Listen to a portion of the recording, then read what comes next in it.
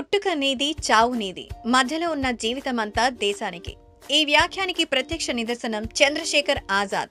ఫిబ్రవరి 27 ఆయన వర్ధంతి సందర్భంగా కొన్ని జీవిత విశేషాలు తెలుసుకుందాం. ఆజాద్ 15 సంవత్సరాలకే భారత స్వాతంత్ర సంగ్రామంలోకి దూకాడు. 25 ఏళ్ల వయసులోనే దేశం కోసం ఆత్మార్పణం చేసుకున్నాడు. కానీ భారత ప్రజల్లో ఆయన చిరస్థాయిగా నిలిచిపోయాడు. ఆయన మీసం తిప్పుతున్న ఫోటోలు చూసినా, విగ్రహాలు చూసినా మనలో రోషం, పౌరుషం పెరుగుతుంది. భారతదేశం మీద ఉన్న ప్రేమ రెట్టింపు అవుతుంది. అందుకే ఆయన అన్ని తరాలకు స్ఫూర్తి ప్రదాత. ఆజాద్ ఉత్తరప్రదేశ్లోని ఉన్నావ్ జిల్లా బదర్కాలో 1906 జూలై 23న జన్మించారు.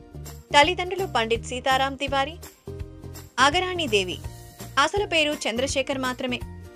సంస్కృతం నేర్చుకోమని తల్లిదండ్రులు ఒత్తిడి చేస్తే 1919లో 13 ఏళ్ల వయసులో ఇల్లు వదిలి ముంబైకి పారిపోయారు. ఓ మురికివాడలో 2 ఏళ్లు అనేక కష్టాలు పడ్డాడు. ఈ కష్టాల కన్నా చదవడమే మేలనుకొని కాశీకి వెళ్లిపోయారు. సంస్కృత పాఠశాలలో చేరారు. 15 ఏళ్ల వయసులోనే విప్లవ మార్గంలోకి. 1921 ప్రాంతంలో మహాత్మా గాంధీ సహాయ నిరాకరణోద్యమం ఉవ్వెత్తున సాగుతోంది. దేశం అట్టుడికిపోతోంది. ఇది చంద్రశేఖర్లో స్వాతంత్ర కాంక్షను, దేశభక్తిని పురికొల్పింది. దేశం కోసం ఏదో ఒకటి చేయాలని 15 ఏళ్ల వయసులోనే నిర్ణయించుకున్నాడు. తాను చదువుతున్న సంస్కృత పాఠశాల ముందే ధర్నా చేశాడు. జనంతో కలిసి వందే మాతరం, విప్లవం వర్ధిల్లాలంటూ నినాదాలు చేశాడు. ధర్నా చేస్తున్న చంద్రశేఖర్ ని పోలీసులు అరెస్ట్ చేశారు. న్యాయమూర్తి నీ పేరేంటి అని అడిగితే చంద్రశేఖర్ అని చెప్పకుండా ఆజాద్ అని చెప్పాడు. తన తండ్రి పేరు స్వాతంత్రమని, ఇల్లు ఎక్కడ అని అడిగితే జైలని సమాధానాలు చెప్పారు.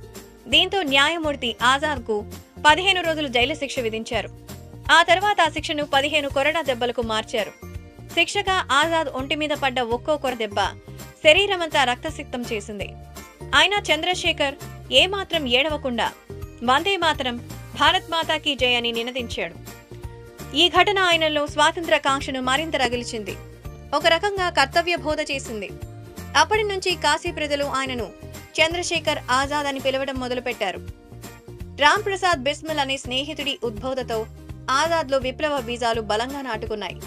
తన మిత్రులైన బిస్మిల్, అగ్నాలా ఖాన్, రోషన్ సింగ్ కలిసి ఈస్ట్ ఇండియా కంపెనీ ధనాన్ని దోచుకోవడానికి ప్లాన్ వేస్తున్నారు అని తెలిసి ఆజాద్ అందులో భాగమయ్యాడు. 1924 ఆగస్టు 9న ఈ నలుగురు కలిసి ఆకోరి అనే గ్రామం వద్ద ప్రభుత్వ ధనంతో వెళ్తున్న రైలును ఆపి దోపిడీ చేశారు.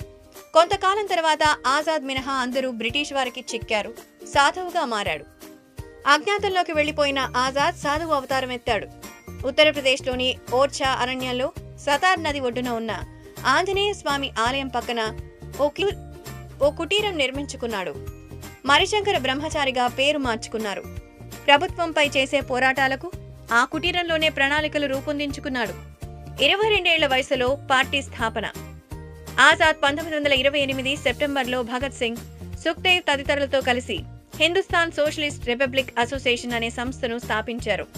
లాలా లజపతి రాయ్ మరణానికి కారకుడైన స్కాట్ అనే బ్రిటిషు పోలీస్ అధికారిని చంపాలి అనుకున్నారు. ఈ క్రమంలో స్కాట్ అనే వ్యక్తికి బదులుగా సాండర్స్ అనే పోలీస్ ని కాల్చారు. పారిపోతున్న సమయంలో భగత్ సింగ్, రాజ్గురును చరణ్ సింగ్ అనే పోలీసు పట్టుకోగా అతడిని కాల్చి వారిని విడిపించారు. ఆ తరువాత వారంతా అజ్ఞాతంలోకి వెళ్లిపోయారు. ఏడాది పాటు ఝాన్సీ పట్టణంలో ఒక ఇంట్లో రహస్యంగా ఉన్నారు. భగత్ సింగ్, రాజ్గురు, సుఖ్దేవ్ కలిసి పార్లమెంటుపై దాడి చేయగా పోలీసులు వారిని పట్టుకున్నారు. న్యాయస్థానం వారికి ఉరిశిక్ష విధించింది. దీంతో ఆజాద్ వారిని విడిపించడానికి ప్రయత్నించారు. ఇందులో భాగంగా 1931 ఫిబ్రవరి 27న ఉదయం జవహర్లాల్ నెహ్రూని కలిసి భగత్ సింగ్, సుఖ్దేవ్, రాజ్గురును విడిపించేందుకు సహకరించాలని వేడుకున్నారు. కానీ నెహ్రూ స్పందించలేదు. దీంతో ఆజాద్ సొంతంగా ఏదైనా చేయాలని నిర్ణయించుకున్నారు. అదే రోజు అలహాబాద్కు వచ్చి ఆల్ఫ్రెడ్ పార్క్లో ఇతర విప్లవ మిత్రులతో సమావేశమయ్యారు. ముగ్గురిని ఎలా విడిపించాలో ప్లాన్ సిద్ధం చేస్తున్నారు.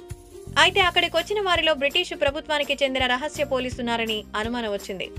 దీంతో ఆజాద్ తన వద్ద ఉన్న రివాల్వర్తో ముగ్గురు పోలీసులను కాల్చి చంపాడు. ఇంతలో మరికొందరు పోలీసులు పార్క్కి చేరుకుని ఎదురుకాల్పులు ప్రారంభించారు. దీంతో ఆజాద్ తప్పించుకునేందుకు ప్రయత్నించారు. సుఖ్దేవ్, రాజును సురక్షితంగా అక్కడి నుంచి తప్పించారు. ఎదురుకాల్పుల్లో తన వద్ద ఉన్న తూటాలు అయిపోయిన విషయాన్ని ఆజాద్ గుర్తించాడు. తన తుపాకీలో ఒక బుల్లెట్ మాత్రమే మిగిలి ఉండడంతో మరొకరిని చంపి బ్రిటిష్ వారికి పట్టుబడడం లేదా ప్రాణత్యాగం చేయడం అనే 2 దారులు ఆయన ముందు నిలిచాయి.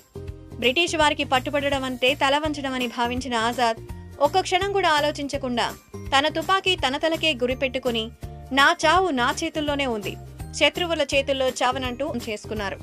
25 ఏళ్ల వయసులోనే మాతృభూమి సేవలో అమరుడయ్యారు. ఆజాద్ మరణించిన 25 రోజుల తర్వాత భగత్ సింగ్ ని ఉరితీశారు. మా వీడియోస్ మీకు నచ్చినట్లయితే లైక్, షేర్, సబ్స్క్రైబ్ చేయండి.